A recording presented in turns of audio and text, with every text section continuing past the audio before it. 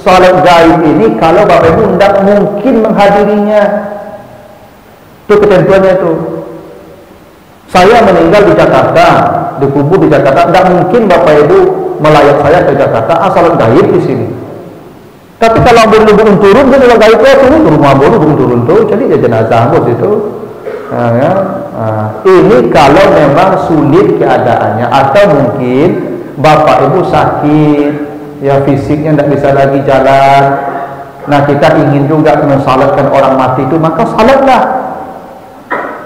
Jadi salat gaib itu ketika kondisi memang tidak memungkinkan kita datang salat hadir di sana.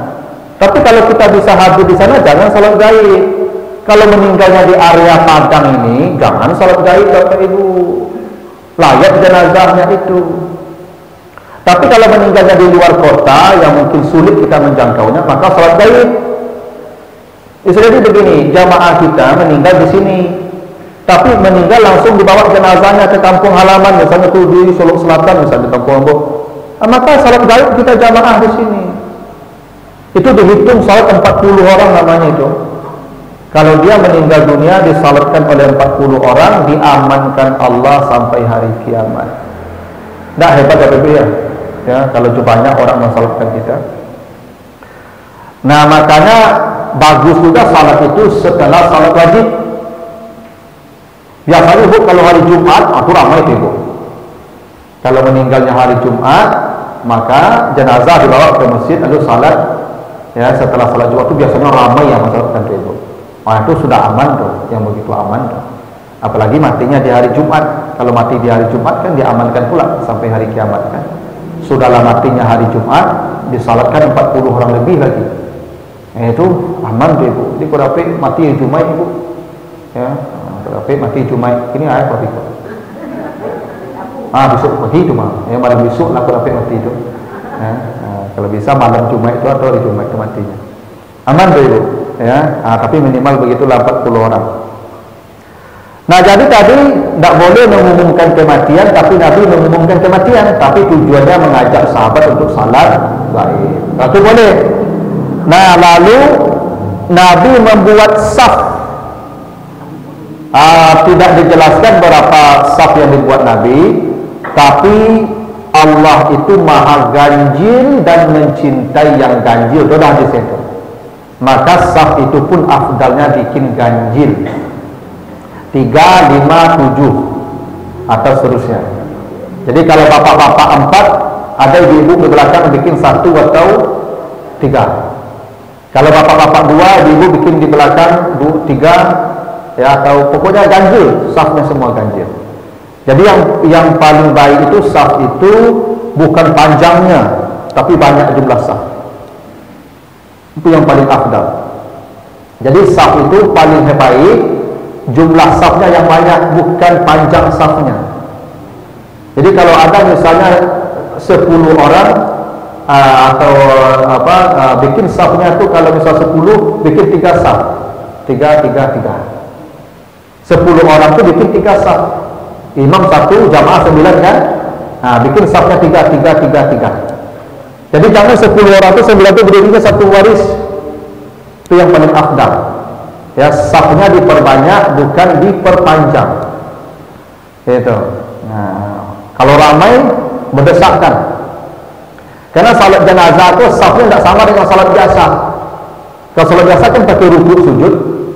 Kalau salat jenazah tidak ada rukuk sujudnya. Yang penting ada rongga saja sedikit sudah. Jadi kalau salat jenazah satu karpet ini bisa 2 saf ini. Ya. Berdesakkan tidak apa-apa. Karena tidak ada rukuk dan sujudnya. Lalu hadis berikutnya, hadis dari Sumarah bin Jundab. Sallaitu wara'an Nabi ala amra'atin matat fi nifasiha faqama wasataha. Saya salat jenazah di belakang Nabi atas seorang perempuan yang mati dalam masa nifas.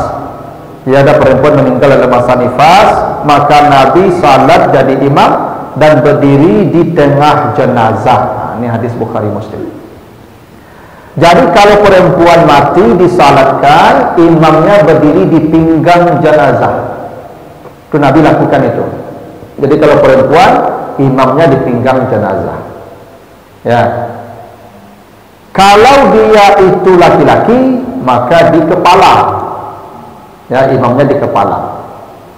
Kalau dia dua orang lebih, laki-laki dan perempuan, maka laki-laki di depan dan perempuan di belakang, dan kepala laki-laki ditaruh di pinggang perempuan.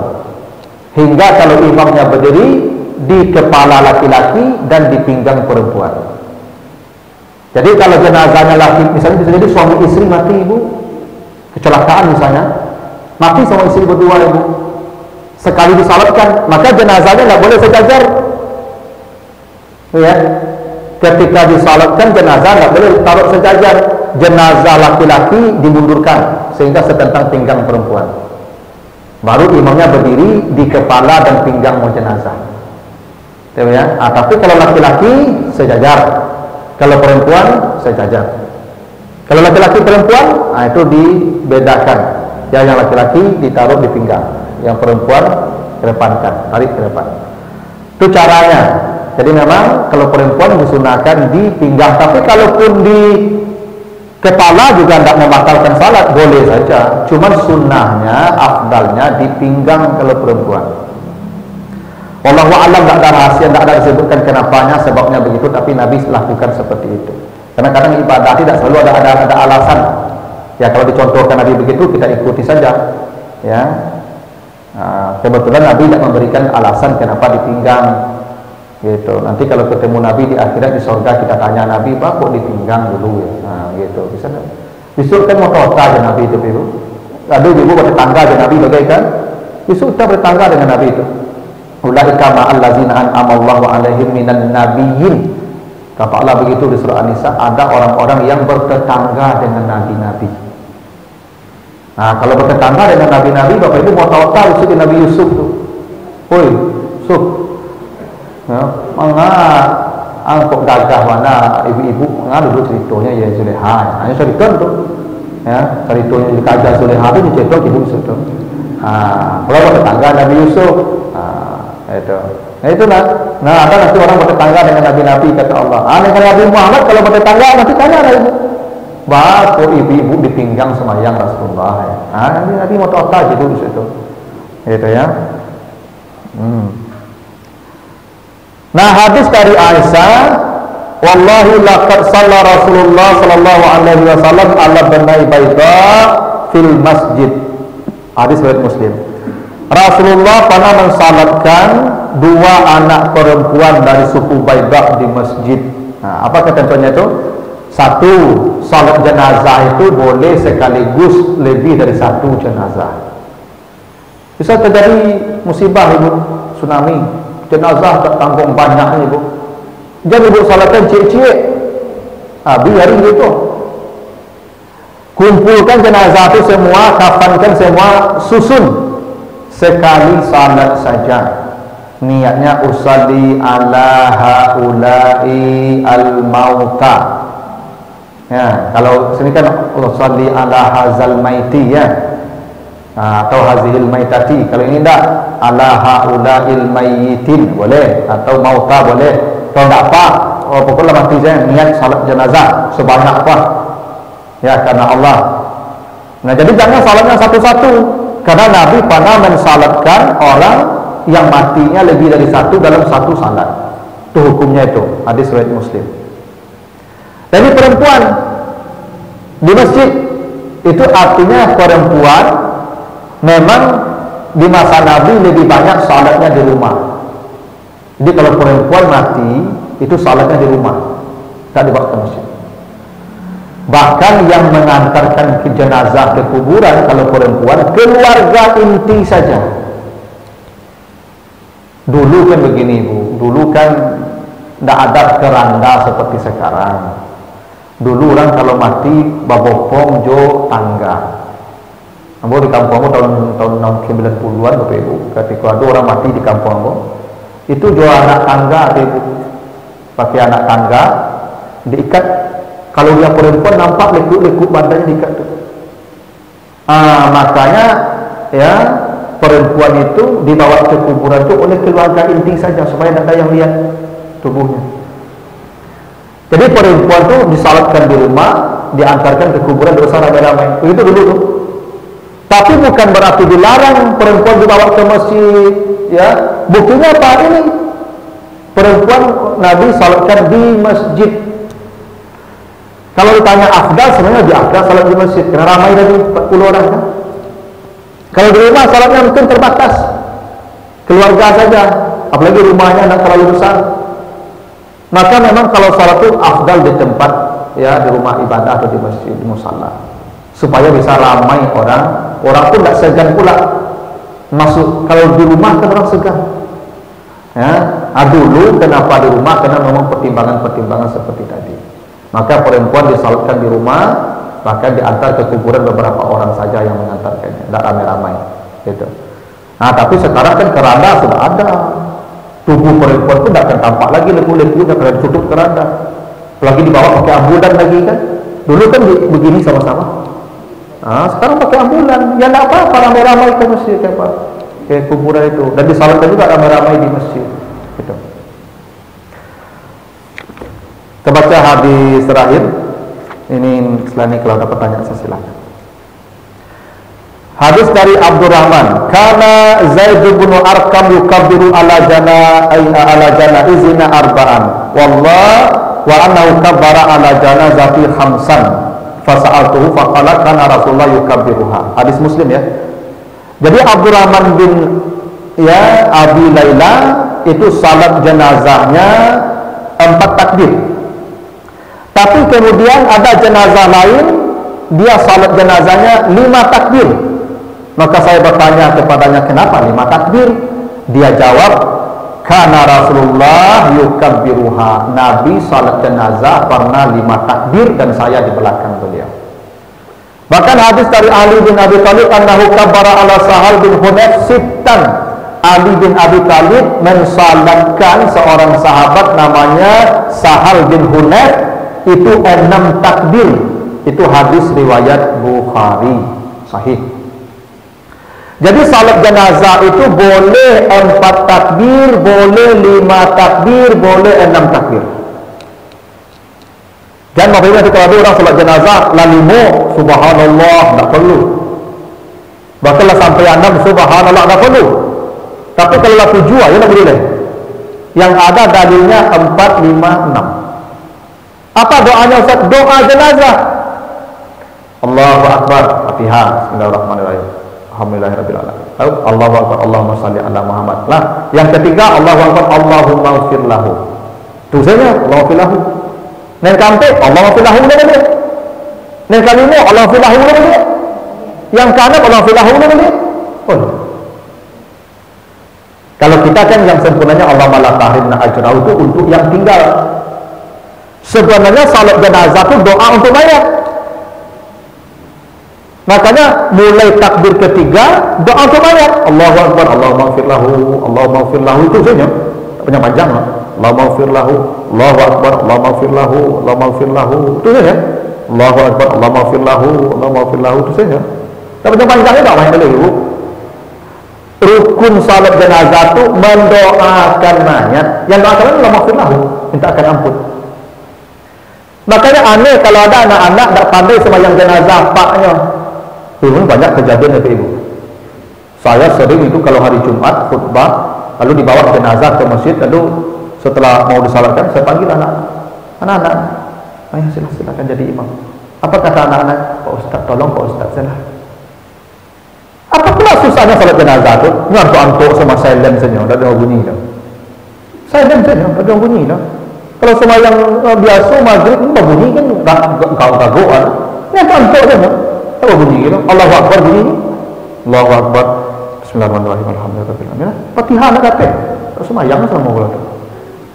Allahu Akbar. Allahumma salli ala Muhammad, itu sini. Allahumma salli ala Muhammad lah. Allahu Akbar. Allahumma ighfir lahu, Allahumma ighfir lahu, Allahumma ighfir lahu. Ulang tu dia. Engkau tu Allahu Akbar. Ighfir lahu dia sampai 6. Kalau mau 6, cuman kita tak lazim 4. So tadi hadis Bukhari Muslim 4, hadis Muslim 5, hadis Bukhari 6.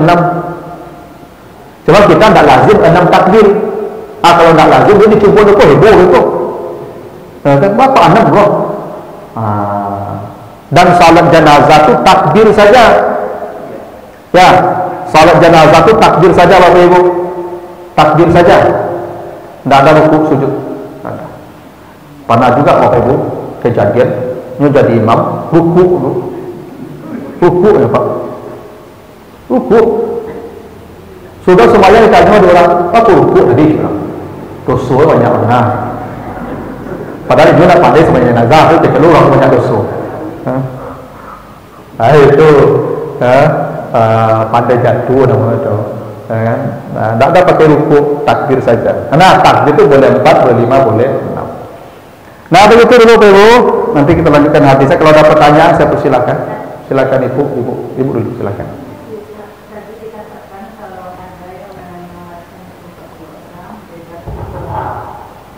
Iya, sampai hari kiamat. Iya, bebas dari azab kubur dan dapat syafaat. Artinya dia mendapat pertolongan sampai ke akhirat. Dari doa 40 orang itu. Nah begitu, itu hadisnya begitu. Ya syafa'ahullah, Allah akan memberikan kepada dia pertolongan sampai nanti ke akhirat. Nah pertolongan itu 1, selamat dari azab kubur. 2, selamat di masyar. 3, ringan hisabnya. 4, berat timbangan amalnya. 5, mudah melewati sirat. 6, tidak ada tertahan di kintara. 7, masuk surga. Itu namanya syafaat. Setiap ada sulit kita ditolong, setiap sulit kita ditolong. Apa nolong kita? Doa 40 orang tadi. Memang hebat doa itu Ibu. Mendoakan orang mati itu tidak ringan itu nilainya itu. Sampai dia diamankan Allah sampai ke akhirat itu. Kalau 40 orang, arba'una rajulan, 40 orang gitu. Itu makanya Bapak Ibu diminta jamaah Bapak Ibu hadirin jamaah warga, mari kita beramai-ramai salat jenazah Bapak Fulan jam sekian. Memang diimbaukan supaya orang ramai salat jenazahnya 40 orang. Itu.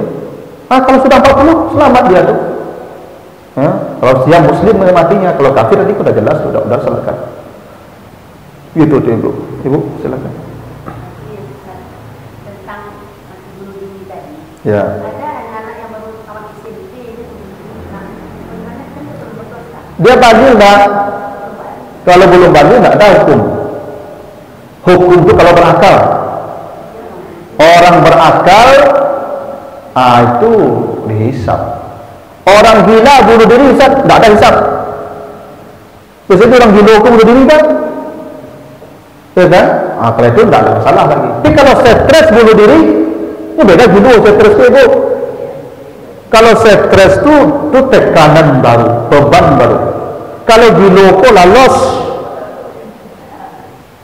Kalau orang gila, salat tidak berpahala, bermaksiat tak berdosa. Karena bagi dia tidak ada taklif, beban syariat hilang kalau akal tidak ada. Karena syariat itu berlaku, hukum itu berlaku, dosa pahala itu berlaku kalau akal. Makanya orang tidur tidak ada dosa, tidak ada pahala. Orang tidur tidak ada beribadah. Kenapa? Karena dia akalnya hilang ketika tidur itu. Orang pingsan begitu juga, tidak ada hukum untuk dia. Karena makanya ibu misalnya gini, ibu dibius operasi kan, dibius habis asar operasinya, berarti ibu asar salat. Tapi ketika ibu dibius hilang akal ibu, nanti ibu tengah malam baru sadar jam 12 malam, maka maghrib tidak usah salat, isya salat. Kenapa maghrib tidak salat? Karena di waktu maghrib akal ibu los. Yang isya ibu sehat akalnya salat. Ibadah itu kalau akal ada, dosa itu kalau akal ada. Makanya anjing mencilu ikan tidak ada dosa, ibu tidak berakal. Kucing mencilu ikan tidak dosa, ibu tidak berakal. Dia kalau ini mencilu tidak dosa, ya jadi hewan lah. Tidak dosa itu atau gila.